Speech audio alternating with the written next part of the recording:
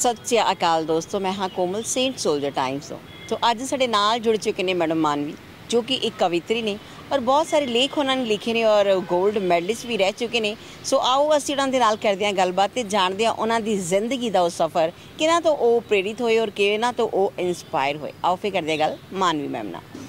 मानवी जी सब तो पहला बहुत बहुत स्वागत saint soldier time witch. Thank you so much तुहाडा, तुसीं जिहड़ा मैनूं अपने इत्थे बुलाया और इहदा समझिया मैनूं कि मैं इस लायक मैनूं समझिया कि मैं इत्थे तुहानूं दस सकां अपने बारे दा।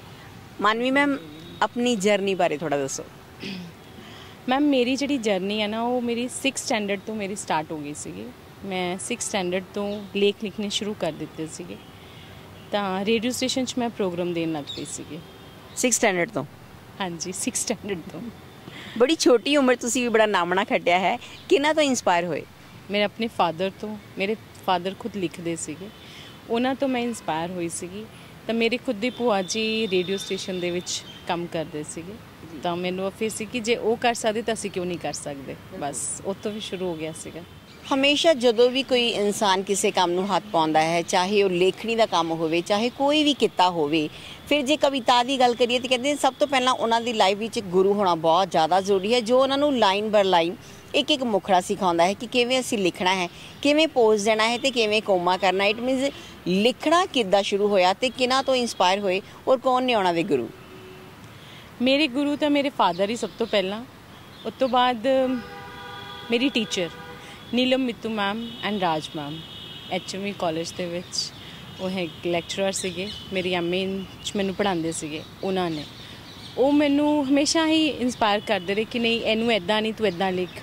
जिद्दां मैनूं ना औरतां उत्ते लिखण दा बड़ा शौक सी, हुण भी हैगा, मैं लिखदी हाँ कुछ जिद्दां सामने कोई पिक्चर चल रही है कि वो किद्दां चल रही है, उहदे विच की हो गया की गल है। जिद्दां हुण पिछे एक इंसीडेंट होया सीगा कोविड दे विच, कोविड तो बाद एक फादर अपनी बेटी नूं कंधे ते लैके गया, डैड बॉडी उन्हां दी लैके, तो मैं देखदी सी किद्दां मनुख साडे आम असीं इंसान किद्दां वो वीडियो बना रहे ने, ये नहीं कि असीं हैल्प कर लीए कि उन्हां नाल की हो जाऊगा। सब तो पहला रब ने सानूं यही सिखाया सी कि मदद करनी आनी चाहिए।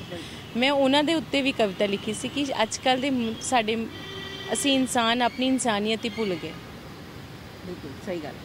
वो चीज़ां बस उस तो बस मेरा रुझान इधर कि मैं बस इहदे उत्ते लिखती रहंदी हाँ हर टाइम, कदी कुछ कदी कुछ कदी कुछ। आ धरती लै लो, धरती और नारी सेम चीज़ आ जी। जिहड़ी तुसीं गल कीती करोना काल दे विच कविता बारे, वो कविता जरूर सुनाओ। मैं वो कविता सीगी कि एक शरीर जिहड़ा हैगा वो साडा शरीर कित्थे तक चला गया, इंसानियत ही इंसानियत दा गुनाहगार हो गया। इंसान नूं सामने दिखदे वृक्ष भी लिखदे नज़र नहीं आते, क्यों वही वृक्षां नूं तोड़न लग पे, क्यों एक लाश नूं लाश ही समझिया गया, उन्होंने आत्मा दा परमात्मा दे नाल लिंक क्यों नहीं समझिया गया, क्यों साडी इंसानियत इन्नी झुक गई। बहुत सोहना लिखिया मैम। होर की लिखदे हो? मेरी एक सब तो वधिया मैनूं कविता लगदी है नारी और धरती। जिद्दां मैं तुहानूं दस्सिया एक नारी और धरती दा मेल एक ही है, बट असीं समझदे नहीं, है ना। नहीं, नारी और धरती एक समान, नारी और धरती एक समान, दोनों को विद्वान कहते महान। पृथ्वी प्रकृति की मूल जननी है, पृथ्वी प्रकृति की मूल जननी है, वैसे ही नारी भी बच्चों की जननी है। धरती और नारी की गोद में जीवन संभव है, धरती और नारी की गोद में जीवन संभव है, इन दोनों के बिना मानव जीवन असंभव है। धरा ही संसार के जीवन का मूल धारा है, धरा ही संसार की जीवन का मूल धारा है, नारी शक्ति पर परिवार का दामोदार है। पृथ्वी संसार के जनों का बोझ उठाती है, पृथ्वी संसार के जनों का बोझ उठाती है, महिला संपूर्ण परिवार को संभालती है। नारी जहाँ अपने बच्चों को की माता है, नारी जहाँ अपने बच्चों की माता है, वही धरती हम सब की जगत माता है। औरत को जो व्यक्ति सम्मान देता है, औरत को जो व्यक्ति सम्मान देता है, संदेव्य समाज में सम्मानित होता है। बोझ धरती पर कभी बनना नहीं, नारी के योगदान को भूलना नहीं। नारी और धरती एक समान, नारी और धरती एक समान। तुसी लेख लिखते रहे हो, किवें रुख मुड़िया कि तुसी कविता भी लिखनी शुरू की और गज़ल भी लिखने शुरू किए? मैम जिहड़े साडे लेख हुंदे ना स्टोरी हुंदे आ, असीं स्टोरी विच सामने एक्ट किता, जिद्दां स्टेज ते असीं एक एक्ट करते हैं, वो एक एक्ट सिर्फ 5 या 10 या हफ्ता वो माइंड च रहिंदा, उस तो बाद वो भुल जाता है।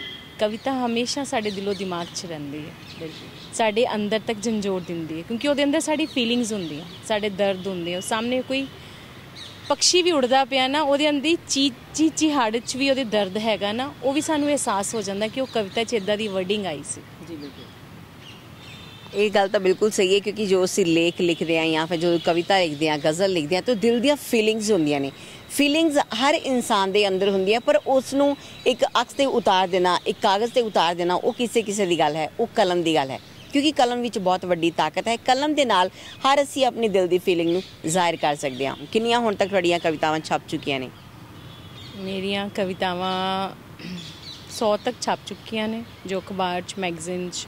ਪ੍ਰੀਤੀਲੇਖ ਹੈ ਮੈਗਜ਼ੀਨ ਜਿਹੜੀ ਬੰਬੇ 'ਚ ਛਪਦੇ ਆ, ਉੱਥੇ ਮੇਰੀ ਹਰ ਹਫਤੇ ਕਵਿਤਾ ਛਪਦੀ ਹੈ। ਇੱਕ ਫੇਸਬੁੱਕ 'ਤੇ ਮੇਰੀ ਕਲਮ ਮੇਰੀ ਸ਼ਾਇਰੀ, ਉੱਥੇ ਹਰ ਹਫਤੇ 'ਚ 2 ਕਵਿਤਾਵਾਂ ਮੇਰੀਆਂ ਛਪਦੀਆਂ ਨੇ। ਇੱਦਾਂ ਮੇਰੀ ਹਰ ਜਗ੍ਹਾ ਛਪਦੀ ਹੈ, ਜਿਹਦੇ ਵਿੱਚੋਂ ਮੇਰੀ ਜਿਹੜੀ ਸਭ ਤੋਂ ਮੈਨੂੰ ਨਾ ਪਸੰਦ ਹੈ ਮੇਰੀ ਕਵਿਤਾ ਆਖਿਰ ਕਬ ਤੱਕ। आखिर कब तक हम यूं ही सहते रहें, आखिर कब तक हम यूं ही सहते रहें, हम यूं ही चलते रहें, कभी तो थक के बैठना है ना।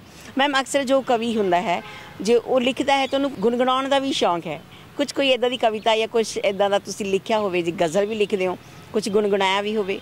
आज चलो मैं बलिदानी पगड़ी, आज चलो मैं बलिदानी पगड़ी की बात बतलाती हूँ। बचपन में सुना था उनका नाम त्यागमूल, बचपन में नाम था उनका त्यागमल, बड़े ही संत स्वरूप बहादुर व निर्भय स्वभाव के थे। आज चलो मैं बलिदानी पगड़ी की बात बतलाती हूँ, जो हैं सिखों के 9वें गुरु गुरु तेग बहादुर जी, जो हैं सिखों के 9वें गुरु गुरु तेग बहादुर जी, जिन्होंने धर्म व ममता की रक्षा करते हुए हंसते हंसते अपने प्राणों की कुर्बानी दी। और औरंगज़ेब ने कश्मीरी पंडितों को इस्लाम धर्म स्वीकार करने के लिए दबाव डाला। तब कश्मीरी पंडित बोले गुरुजी से, परेशान हैं दहशत ग्रंथि से, परेशान है दहशत ग्रंथि से, हमारी बहू बेटियों की इज्जत को खतरा है, कृपा करे गुरुजी, कृपा करे हमारे धर्म की रक्षा करें। उसी समय बोले गुरुजी के 9वें वर्षीय सुपुत्र बाला प्रीतम जी, जिनको हम गुरु गोबिंद सिंह जी कहते हैं, सबके सम्मुख बोल पड़े, कहा पिताजी उस बलिदानी पर भारत की नींव खड़ी होगी, औरंगज़ेब से आप लड़ो, कुर्बानी बहुत बड़ी होगी। मैं अब भी शीश झुकाती हूँ दिल्ली के गलियारे में, जहाँ गुरुजी का शीश गिरा था, शीशगंज के गलियारे में। क्या बात है मैम, बहुत अच्छा लिखते हो तुसीं, बहुत सोहना लिखते हो। तुसीं फॉलो किहਨਾਂ ਨੂੰ ਕਰਦੇ ਹੋ? मैं सिर्फ अपने फादर ਨੂੰ ਹੀ फॉलो करती ਹਾਂ, क्योंकि ਕਹਿੰਦੇ ਨੇ ਇੱਕ ਬੇਟੀ ਦਾ ਹੱਥ ਜਦੋਂ ਪਿਓ ਫੜਦਾ ਹੈ ਤਾਂ ਉਹਦੇ ਹੱਥੋਂ ਸਭ ਕੁਝ ਉਹੀ ਹੋਊਗਾ ਜੋ ਉਹਦਾ ਪਿਓ ਚਾਹੁੰਦਾ। ਮੇਰੇ ਲਈ ਉਹੀ ਸੀਗੇ ਜੋ ਮੈਨੂੰ ਕਹਿੰਦੇ ਸੀ, ਮੈਂ ਕਰਦੀ ਸੀ। ਮੈਂ ਕਦੀ ਉਹਨਾਂ ਨੂੰ ਇਹ ਨਹੀਂ ਕਿਹਾ ਕਿ ਮੈਂ ਨਹੀਂ ਇਹ ਚੀਜ਼ਾਂ ਕਰਨੀਆਂ। ਮੈਂ ਐਜ਼ ਏ ਪਲੇਅਰ ਵੀ ਰਹੀ ਹਾਂ ਕਾਲਜ ਦੇ ਵਿੱਚ। ਤੁਸੀਂ ਆਰਟਿਸਟ ਵੀ ਰਹੇ ਹੋ, ਥੀਏਟਰ ਆਰਟਿਸਟ? ਹਾਂ, ਮੈਂ ਆਰਟਿਸਟ ਵੀ ਰਹੀ ਹਾਂ, ਮੈਂ ਪਲੇਅਰ ਵੀ ਰਹੀ ਹਾਂ। ਸਟੇਜ ਦੇ ਨਾਲ ਤਾਂ ਮੇਰਾ ਸ਼ੁਰੂ ਤੋਂ ਹੀ, ਹਜੇ ਵੀ ਰੂਹ ਮੇਰੀ ਉੱਥੇ ਹੀ ਰਹਿੰਦੀ ਹੈ। ਮੈਂ ਵਿਰਸਾ ਵਿਹਾਰ ਜਲੰਧਰ 'ਚ ਮੈਂ ਦਿਨ 'ਚ ਇੱਕ ਵਾਰ ਜ਼ਰੂਰ ਆਉਂਦੀ ਹਾਂ। ਪਤਾ ਨਹੀਂ ਕਿਉਂ ਮੇਰਾ ਇੱਥੇ ਜ਼ਿਆਦਾ, ਮੇਰਾ ਫਾਦਰ ਹੁਣੇ ਹੀ ਮੇਰੇ ਉਨਕੀ ਫਾਦਰ ਦੀ ਡੈਥ ਹੋ ਚੁੱਕੀ ਹੈ। ਉਸ ਤੋਂ ਬਾਅਦ ਮੈਂ ਵਿਰਸਾ ਵਿਹਾਰ ਨੂੰ ਹੀ ਆਪਣਾ ਪਿਓ ਸਮਝਦੀ ਹਾਂ। ਇੱਕ ਮਨ ਹੁੰਦਾ, ਇੱਕ ਰੂਹ ਹੁੰਦੀ ਜਿੱਥੇ ਬੈਠ ਜਾਂਦੀ ਹੈ ਨਾ, ਫਿਰ ਦਿਲ ਕਰਦਾ ਕਿ ਉੱਥੇ ਜਾਈਏ, ਕਿਉਂਕਿ ਉੱਥੇ ਇੱਕ ਵੱਖਰੀ ਜੀ ਸ਼ਾਂਤੀ ਮਿਲ ਜਾਂਦੀ ਹੈ। ਸੋ ਹੁਣ ਤੱਕ ਤੁਸੀਂ ਕਿੰਨੇ ਕੁ ਥੀਏਟਰ ਕਰ ਚੁੱਕੇ ਹੋ?